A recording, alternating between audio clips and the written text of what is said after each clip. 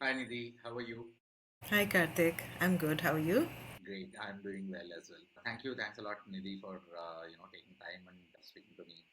This is a growth series podcast that we are doing from Rewire, mainly to focus on putting the stories or journeys of wellness professionals like yourself out there, so that people can know, what goes into building a wellness practice and what motivated you to take up this as a career option as well.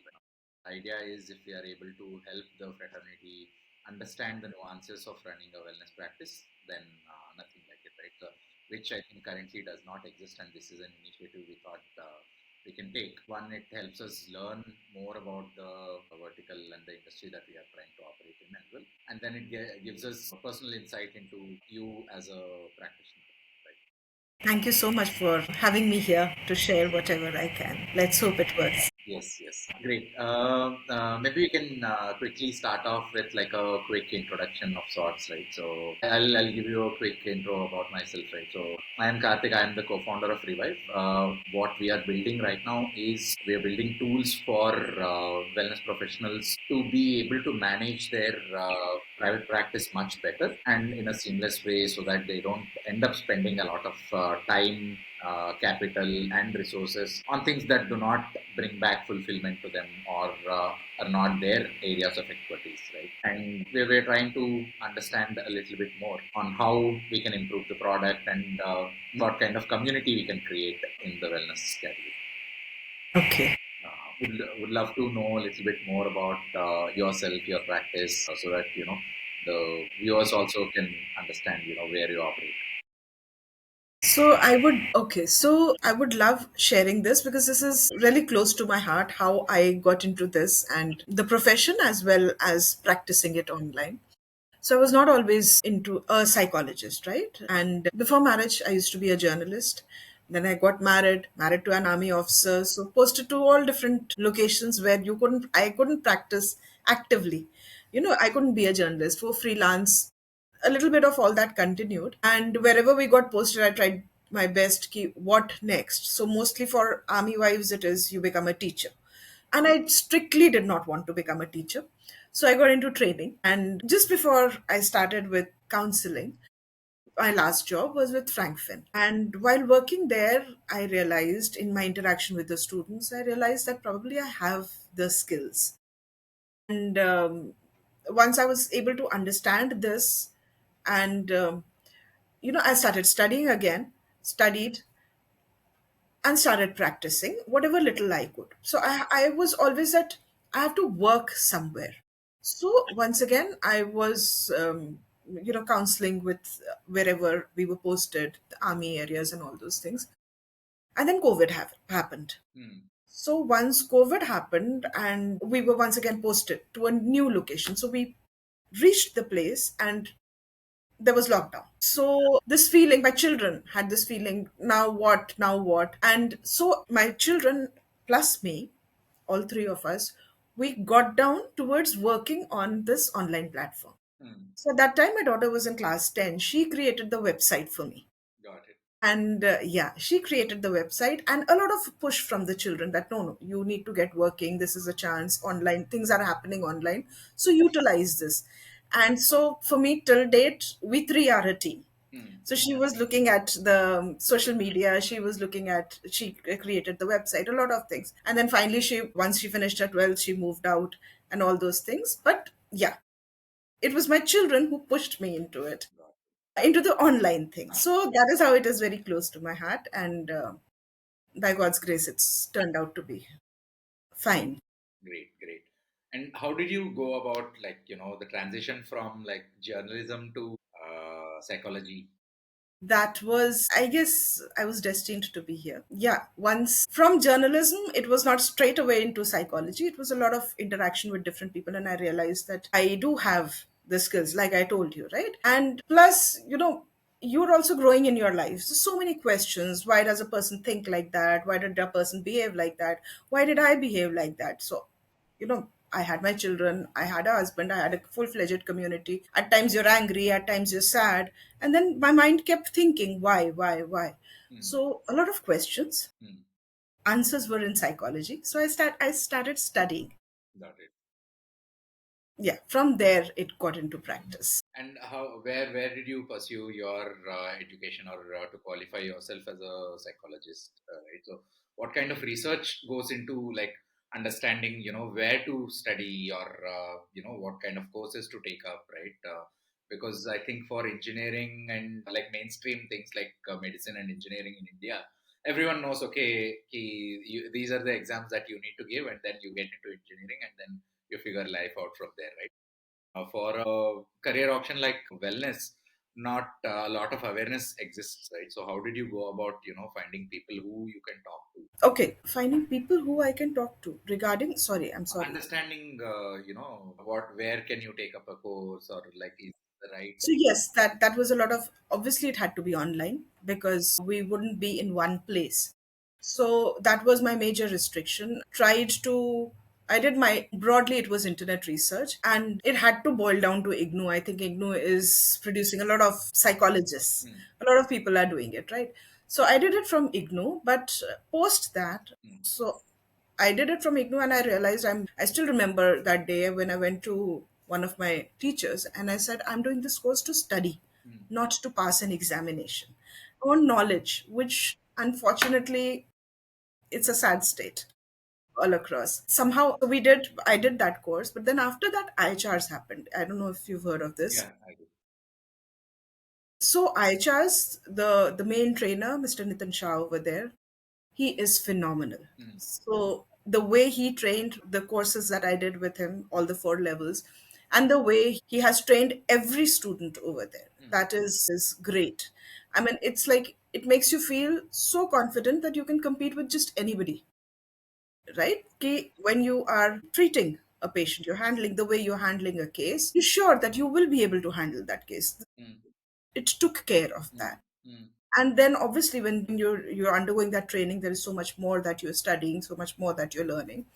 So yeah, but the IGNU thing was for because you have to be at least a master's, a postgraduate to pursue. And then after that, I'm also pursuing my PhD. All those things are happening. But yeah, ICHAS has a major role in giving the confidence, in giving the knowledge, in the overall setting up of the practice also. And how did your name Rewire with Nidhi, right? So I think I really like the name, right? So I think a lot of how I approach life is also how can I unlearn things that I already know, and how can I learn new things and be okay with changing the conditioning that I have. Name come out, is it one of your daughters or? Definitely, yes. My daughter, both my children. Yeah, it was the other three of us together. But the concept from where it came was that I realized I had to rewire so many things Hmm. within myself to, to grow. Hmm. All of us need to do that. Yeah. So at some point, I had also realized that till the time that rewiring doesn't happen, I'll give you a very small example. Something happens and we consider it something which is not to our liking. We consider it very normal Hmm. to be angry. Hmm. It's this is not how it is done, especially if it is not justified. Hmm. This is not how it is done and you feel angry, but that is ideally not the way to React. handle it, right? If you're angry, if you're in a high emotional state, the results that will come out of that situation would be very different to what the results that will come out when you are in a calm state. Hmm. And nobody likes being angry post that entire episode is over. Hmm.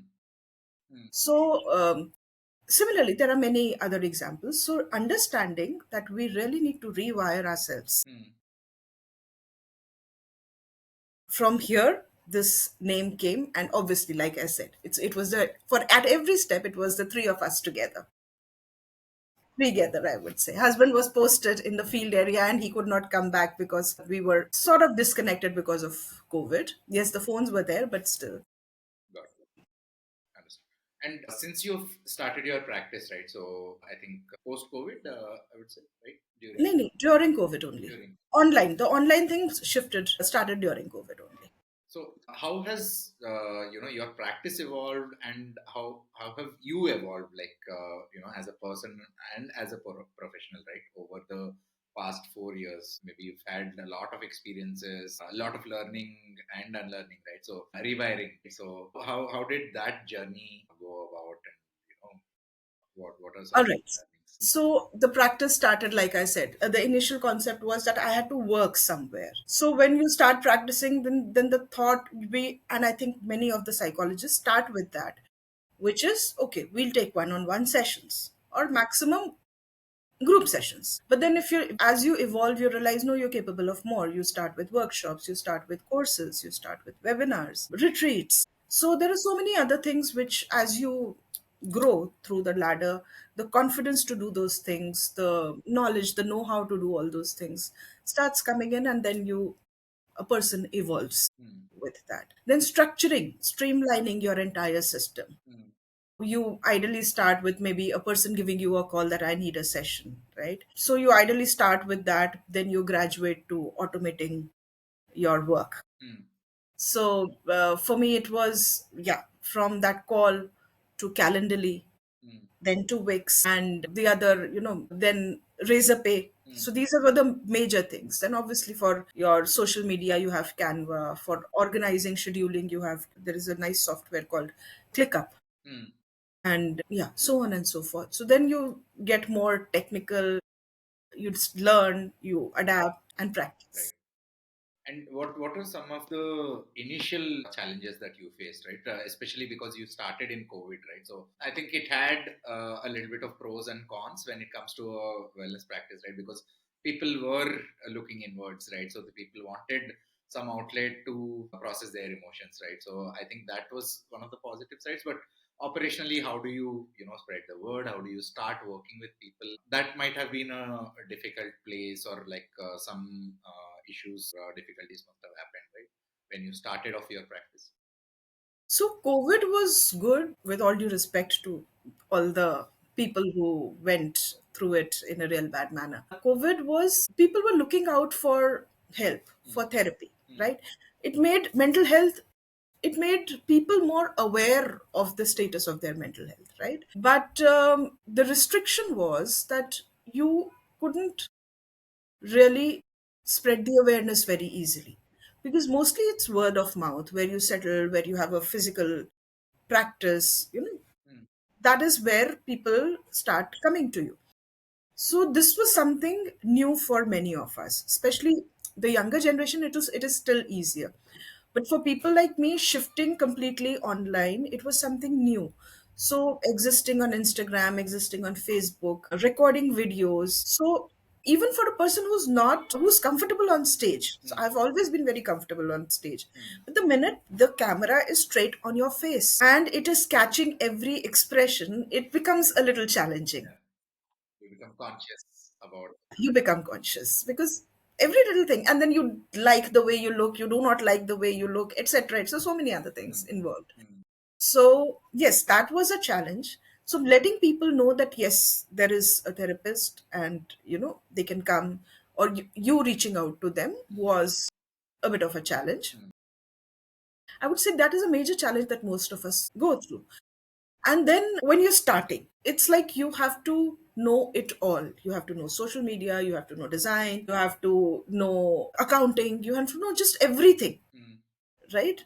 When you start, it's only at a certain level that you are able to have a team of your own. But in the start, you have to know, if you and even if you have a team, if you do not know the work, how do you get it done? correct. You do not understand SEO, Mm, how do you the person that you are hiring will, you know you don't know where it goes exactly, so you're paying for nothing. mm, So you have to know everything. It's not just that I was very happy with my counseling skills, but then I realized itna kuch, you need so much more. correct, correct. So doing those short term courses, understanding, talking to people, Mm, it was, so there is one upskilling of your counseling skills, your therapy skills, and then there is the other upskilling of all these, I would say, business associated skills. but was that something, like shocking, or that put you back a little, or how did you go about it, right? So Initially, it was because then you're not focusing completely on what you want to do and what you enjoy. right. So for me, when I take sessions, it's therapeutic for me. Mm, So you have to invest a lot of time. Then I wanted to study because I was pursuing my doctorate also, right? So a lot of time was going into it, which I was not liking at all. Mm, But then there is no other option mm, because you have to know, like I said, whether you're doing it yourself or you're making somebody else do it, mm, at least you have to know the basics. mm, mm. So then we acceptance therapy, rewiring. So yeah, I accepted and then moved on with it. But is the learning curve, does it ever end, right? So is there I a don't place think. where you say, okay, now I have figured, all the other moving pieces. Now I can probably focus on working with my clients, helping people in their journeys. I think AI will not let us rest because here a psychologist is not my fellow competitor. AI is. Why do you say that? Because it is doing everything. And I recently had a call. I'm forgetting the name of that gadget. I had a call from somebody twice. Mm, Different people gave me a call. mm, So there is this gadget mm, which helps you align your frequencies. mm, When it is helping you, Sara khel to is frequency ka, right? If you look at a thought, mm, a thought creating mm, a problem in your head, mm, it is a frequency over there. mm, We have something called chakra alignment. mm, We have blockages because of which there are physical ailments, mm, right? mm. It's somewhere everything is associated. Right. People are practicing it in different pockets. Mm, That is a separate issue, but somewhere all of it is aligned. mm, So now this particular gadget aligns. mm. And it's not that you just wear that and it'll align. You can use it to align somebody else's frequencies sitting somewhere else also. Okay.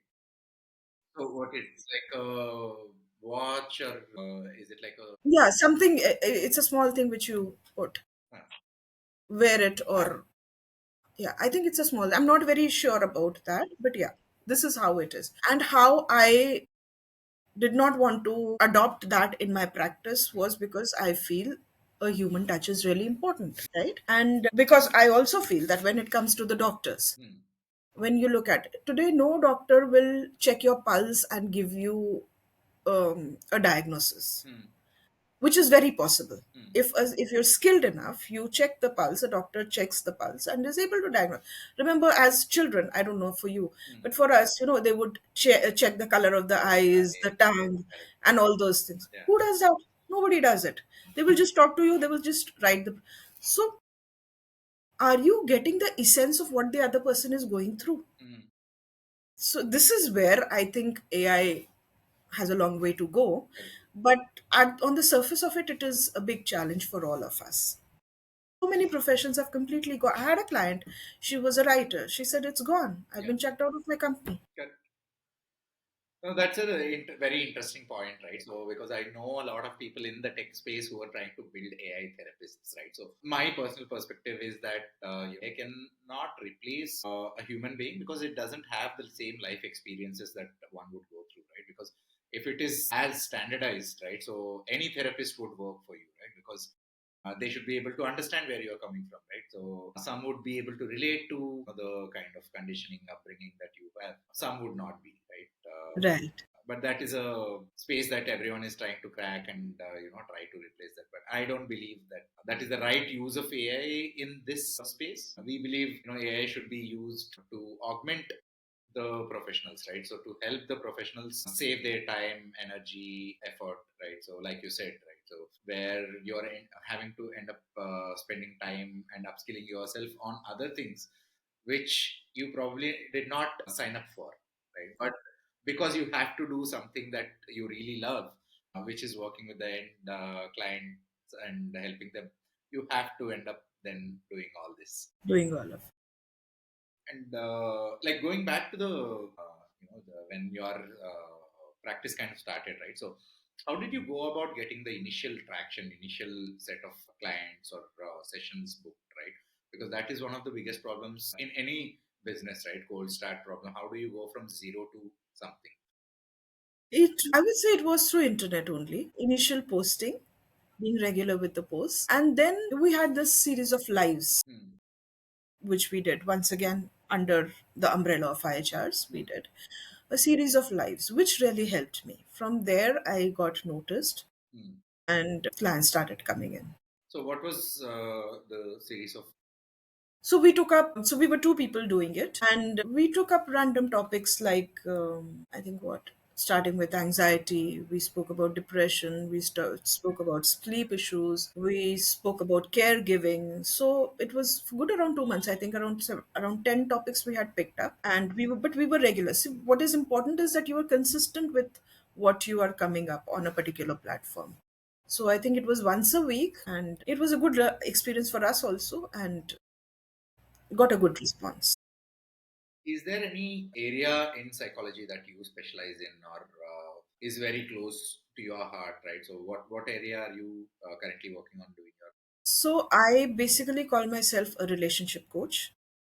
I don't highlight that, but I call myself a relationship coach. And when I'm talking of relationship, the relationship, so one is my relationship with the others, but everything boils down to how is my relationship with myself. Hmm. Hmm. If I'm not comfortable, so even if I'm taking couple sessions, I mean, it's a couple who has come to you. So while you have joint sessions where certain joint topics are being addressed, the individual sessions become very important. Because if I'm angry, let's say I'm angry today with my partner has done this, blah, blah, blah, whatever, right? In the joint session, they are addressing the issues, Hmm. but the anger is still there. The minute the other person speaks, if I am not giving time, when did he give the time? Hmm. The minute the anger again, it comes up. Hmm. So any peaceful conversation is not possible because so much is there within every each one, so they just want that to be out, so those individual sessions become important. So it is down to what one person has interpreted that situation as, Hmm. so those individual sessions become important. Hmm. So relationship first with yourself and then with others. In fact, that is the core of all problems. So that makes a lot of sense. So, how does your typical day look like, right? So, what goes into it, right? So, what part of it do you work with the clients? What is the operational piece? So I keep broadly 3 to 4 sessions in a day. Hmm. I start with, once I wake up, the exercise routine, whatever it is, and the basic household chores taken care of. And I start with studying. It's first for my research, then the sessions, and then evening I try to, afternoons and evenings, afternoons if I'm getting time, because at times session extends, at times somebody has just asked for a session which is not in your schedule, and so many other things come up. And then evenings I have for my website related, promotion related, all those things work. Like This is a fully packed day. fully packed day. Good, good. I think that's a good problem to have, right? Because especially when someone starts off in their career as a wellness professional, right? So be it a yoga professional, mental health professional, or alternative healing, right? In the initial days, they are just waiting for getting Clients. more clients, or like keeping themselves busy. It's a good problem to have. Yeah, it's a good problem. And like, how do you, because especially when it comes to mental health, right? So it's very important to have like a safe space, right? Where you feel like, okay, I can share with this person, or here I can be myself, right, without any inhibitions, right? So how do you go about creating that for someone who is working with you, right? So that they can build that trust and rapport with you, right? So what are some things that go into creating it, right, for someone? Do you understand where they're coming from, their background, everything, or is it something that comes naturally to you? So the first session that we have, we call it a discovery session, right? Discovery where the client is the therapist is discovering the client. While it is supposed to be the other way around also, because the person who's coming to you has to be comfortable with you. Hmm. So yes, there is that initial vibe which we get from that person ki I will be able to open up. Hmm. There's certain people who make you comfortable that you can talk. Hmm. So that initial vibe definitely counts, but in that discovery session, when you are just listening, Mm. you just keep shut and just keep listening Mm. to whatever the, at times there's emotional big breakdown, at times there's a lot of anger, at times the different emotions just come. So 1 hour, the other person is getting to speak and you are writing it down. So you are giving complete attention, undivided attention to that person. That goes a long way, I feel, because many a times people just want to be heard. Mm. So that one session also takes care of their problems, because just hear me out, listen to what I have to say, because the other people are not listening, right? So, and from there itself the relationship builds. So first is, yes, listening, and the second important thing which needs to be practiced is that I don't advise the other person. And when I say I, means the therapist doesn't advise the other person that this is where you went wrong, you shouldn't have done this. No, you just listen to them and then maybe question them in a manner where they reach their answers, but we are not there to judge. Mm. Mm. There's nothing which is right, there's nothing which is wrong. So, and if that other person is able to understand that they are not being judged, they become comfortable with you. So that makes sense. And like there are a lot of people. Like initially, when I had tried therapy or talking to someone myself, right? So initially, there are a lot of misconceptions, or like you have a different expectation of the outcomes from your first session itself, or the entire engagement of therapy, right? So, what would your advice be for someone who is struggling in life or looking towards therapy as a journey for them, right? What would your advice be for the end client? Be consistent. That is a big challenge that we as therapists face, because we are in this field to make a difference. And if somebody drops out in between without even informing, we also feel a little not satisfied, I would say, because you want to see the end result. You want to see the person who's coming to you happy when going, right? So be consistent. So this is the therapist take I'm telling you. But for the person who's looking for a result, right? Till the time you're not consistent, how do you get your results? You're going for weight loss, you have to be consistent with your diet and exercise. You want to clear an examination, you have to be consistent with your studies. So when you're coming for therapy, and therapy is we're talking of mind, years and years of conditioning, right? This is right, this is wrong, this is how we behave, this is how we don't be. It's not just years. In fact, it is stored in your genetic structure, Mm. right? Mm. So the challenge of unlearning and learning is too big over here. Mm. So if people are expecting it'll happen in, 1 session, 2 session, 3 session, it doesn't happen. We try to keep the sessions as restricted as possible, so we make it outcome based. So let's say there are so many problems, but I'm picking up this one outcome that I want to change. I just want to wake up early. So we're working on that one outcome and we are looking at Mm. the sessions, Mm. Mm. the X number of sessions. But those X number of sessions, one has to be consistent. Mm. Mm. That is when you get the result. Then many a times it happens that that one outcome takes care of four more outcomes.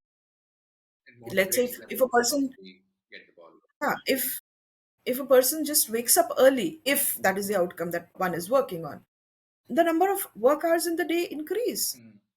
The feeling of overwhelm is taken care of. Mm. Anxiety to a certain extent is taken care of, Mm. right? So one outcome can take care of many other outcomes Mm. also. Mm.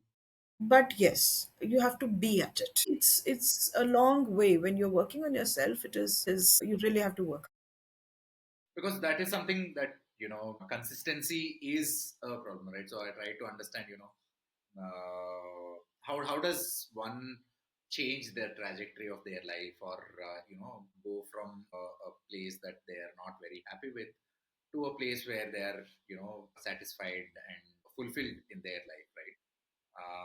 But sometimes motivation is a problem, right? So sometimes they want to do it, they want to change their life, but they don't have the push or the support system to do that, right? So how would you What would your suggestion be for people like that, right? So who are probably thinking of exploring counseling or therapy as a solution, but not yet convinced that they should consistently do it. So are there any like exercises or some kind of motivation that you end up building for the clients? Or Okay. Just make the goal interesting enough. mm, You have to win a race. mm, You practice. mm, You don't go for a run otherwise. But if you have to win a race, you practice. You have to clear an exam, you study accordingly. You have to go for a party. People are ready to lose 10 kgs of weight and they do it. Not exactly 10 kgs is too much, but at least they to fit into a particular dress, they will lose weight, right?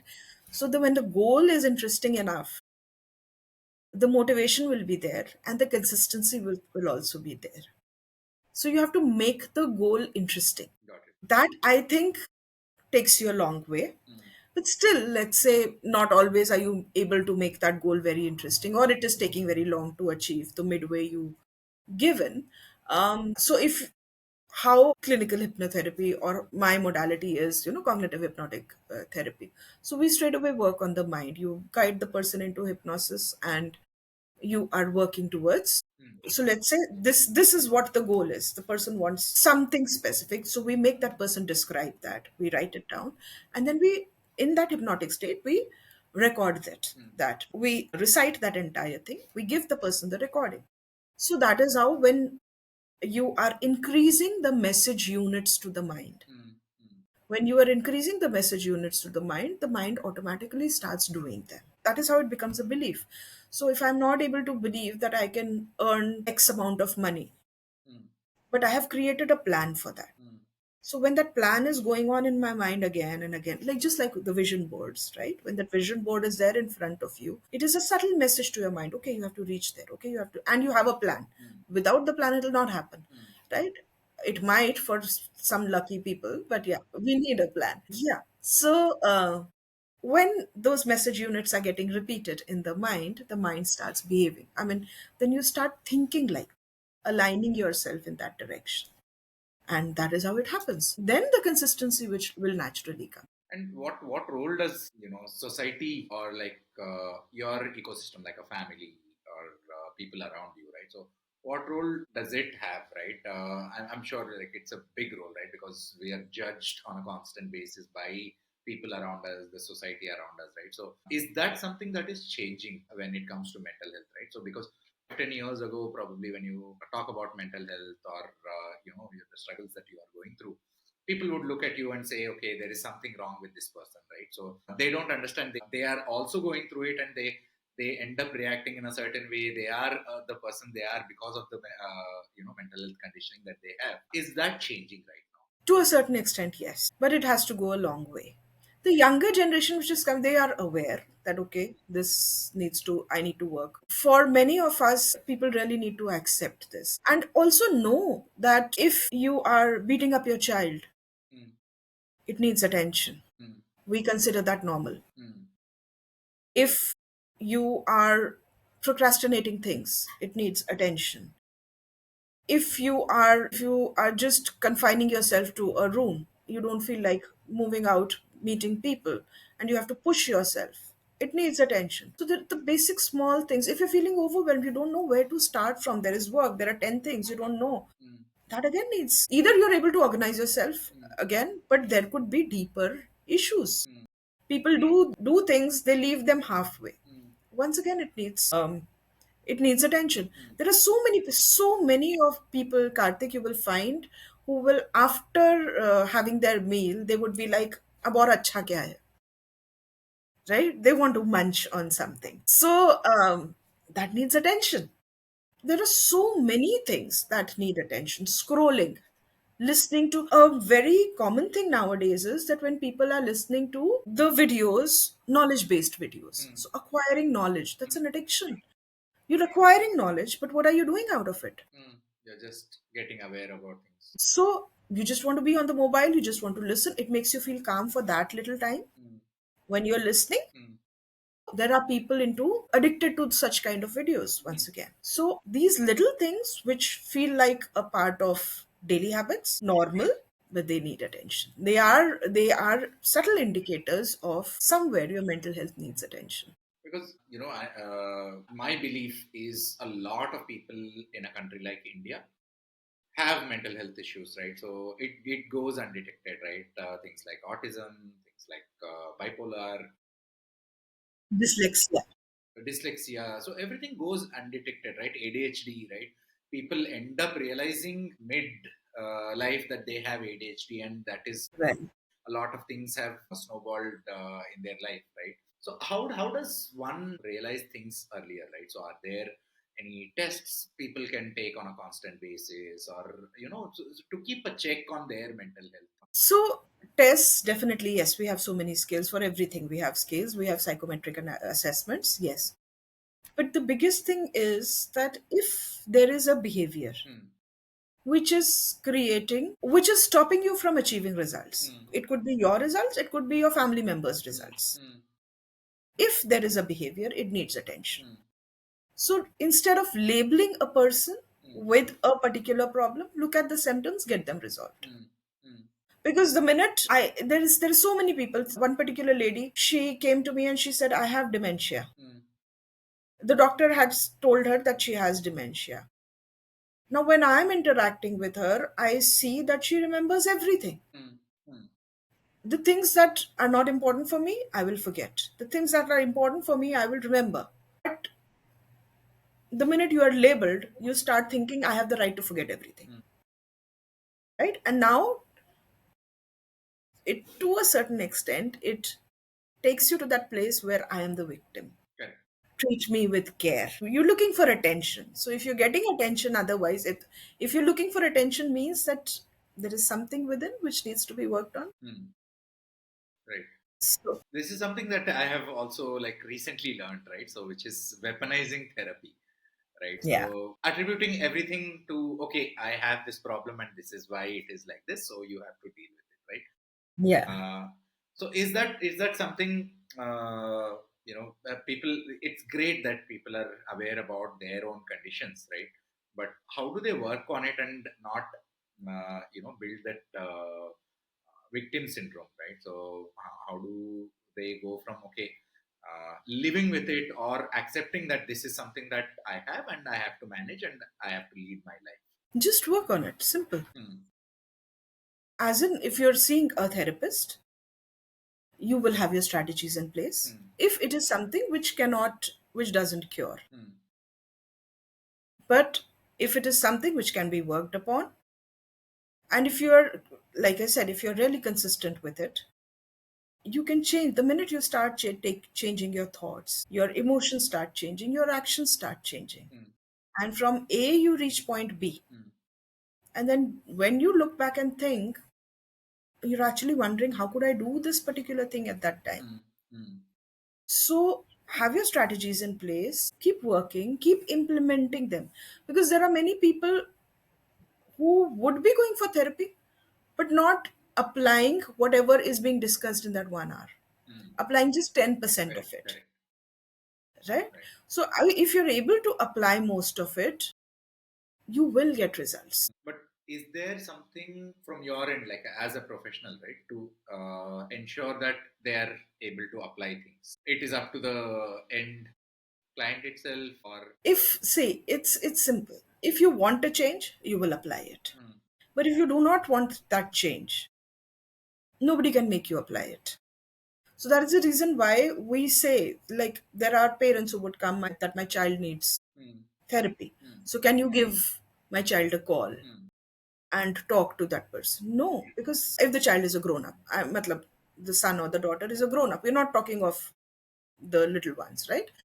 If the person is an adult, that person should be able to identify and reach Hmm. up to you, because otherwise it's not working. Right. When we are looking at working with people in hypnotic conditions, then too, if that person is not willing for that change, Hmm. it's very difficult. Yeah. So that desire to change is what will take you towards applying it. Desire to change, desire for growth. A lot of it is related, like you said, it is all holistic. Everything is connected, right? Because there you see physical manifestation of trauma that you have experienced as well, right? But physical issues people are able to see clearly, right? Because it is physical, they can see, okay, my leg is paining, so I need to go to a doctor, right? So on the mental side, right, so I believe the human race has not evolved enough to understand our brains, right? Which was the reason why we evolved differently from the other organisms. So, is there any research that is happening, right? Because right now, on the technology side, there is a lot of advancement that is happening. So, is there enough research happening related to mental wellness? Yes, there is a full-fledged branch which we call as positive psychology, which is focusing on the positive emotions within a human being and how just inculcating positive emotions can help you live your life better. So yes, there is research happening, but how much of it is coming to the people is, yeah, that's a little slow, I would say. Right. Because the access to the research or understanding the industry has always been a problem, right? So even if when I was like trying to build a pitch deck, trying to understand the market, etc., right? So there is no research that exists. Someone who is building in the same space, reached out to me and said, "How many, mental health professionals would be there in India?" He was like, "Okay, I think there are around 3,500 people, right?" And there are varied numbers, right? So I found a number that is 27,000 or something like that, right? So the industry as such is very fragmented, very unorganized, right? Very unorganized, and as I'm sorry to cut you Yeah. short, for the country itself, we have licensing for clinical psychologists. We have no licensing, no quality check for counseling psychologists. You just have to be a master's, Hmm. right? And they're not teaching adequate things in masters. Hmm. They're teaching you the theories. They are not teaching you the practical application of those theories. Hmm. For that, you have to do another course. There are so many courses in the market, Hmm. right? If you look at, so that, I think, with all due respect to everybody, all the entire fraternity, but I think a major reason why people are a little skeptical in going to a therapist is also because we have therapists who will just, it used to be psychotherapy earlier, but today we are solution focused, Hmm. right? When psychotherapy came up, then that was a different story, but now we are solution focused. If somebody is coming to you for 10 sessions and you're just sitting and listening, Hmm. what is that person done? Then they say it is just talking. Hmm. Or if you are advising, if you are giving a big long lecture, this is how it should be, this is how it should not be, right? Once again, it is just talking. Hmm. Therapy is, you have to give the other person, people, tools and techniques so that they can exist by themselves, Hmm. right? Yeah. So when the structure is not available, when people do not know what to follow, Hmm. when there is we don't have a single authority Hmm. to monitor all of Hmm. this, then obviously there will be chaos around. And what do you think needs to happen in the industry or in a country like India, right? Like, because there are not many regulations when it comes to mental health or data protection of mental health as well, right? So outside there are laws like HIPAA, right? What needs to happen in a country like India to make, or create more awareness about the nuance and make it more accessible for the masses, right? Because I think the masses need it because they are constantly going through a grind, right? Trying to figure things out in life, and that puts a lot of effort, a lot of trauma onto them, right? How does this get democratized? I think the rules and regulations have to be in place. Hmm. Right now, though, there it seems there are no rules and regulations, especially for the counseling psychologists, right? Just that RCI license, which is there for clinical psychologists. Otherwise, there are no rules and regulations. So if a person is into it, what are the rules? Are they actually applying whatever are the norms of being a therapist? They have to be applied. So I think the practical testing of it should also be there, so that we're dealing with lives, and words have a big impact. The same goes for the doctors as well, right? They're dealing with lives. But I mean, this is a personal opinion. I feel the entire thing is in a big mess. It's only money minting, Hmm. and it'll be sad if the same money minting thing comes in the area of mental health as well. We understand you have your bread and butter to earn, but then we have to be very careful because in today's time, especially with the mobile, the cell phones coming in, the smartphones coming in, right? Even a rickshawala's mental health is at stake, right? So everybody's mental stake is at health because of that one piece that we have in our hand, that one gadget. So And it shapes up us as individuals, right? So like one of the thoughts that I was dwelling on was with so much quick commerce coming in, right? 10 minutes, 5 minutes, everything, right? So now the behavior is also changing, that you need something, you want it now, right? So you are becoming more like a stubborn kid. So how does that impact mental health, right? Does that change the expectation of the person that okay, now if I have chosen to take this journey, I need it to happen right away? it does it that this is a major contributor towards poor mental health, Mm, I would say, mm, because the previous generations, they still had half of it, right. right? Then 60/40. But I think post COVID generations, especially, it's like at the click of a button. Everything is at the instant gratification, right? How do we build the resilience? How do we build the willpower? There's so many things which are essential for a Mm, right? mm, Then we definitely either we take that gadget away completely, mm. or we find different ways to build those things for the upcoming generations, because otherwise it's serious. I don't know why the governments are not seeing it, but this is really, really serious. So also, like when you work with a lot of clients, right? So they are sharing their intimate stuff with you, right? And because we are all human, right? So we tend to empathize, we tend to like put ourselves in their shoes and think, right? How does that affect you, right? So as a therapist or a professional, right? So you should be able to like take a step back and have an objective view of things. And how does that affect you in a professional and personal life, right? So how do you strike that balance that okay, this is in this space and I do not take that back to my personal life, and I need to manage my own life? How did you build that differentiation? So initially, when I started taking my sessions, still remember one session, and I would be exhausted for the next 2 days. Mm, It used to have that kind of impact on me, especially the marriage counseling wala part, right? Too much of energy to take on, and I sort of soaked a lot. But then, one, this online thing has helped you to keep that physical distance, and two, I would say I'm a nisha meditator, mm, so I do my kriya, try to keep it as regular as possible. mm, That helps me. mm, And three, the you know to take you from one state to the other, mm, the state in which you have to reach, that state should be really powerful, strong. mm.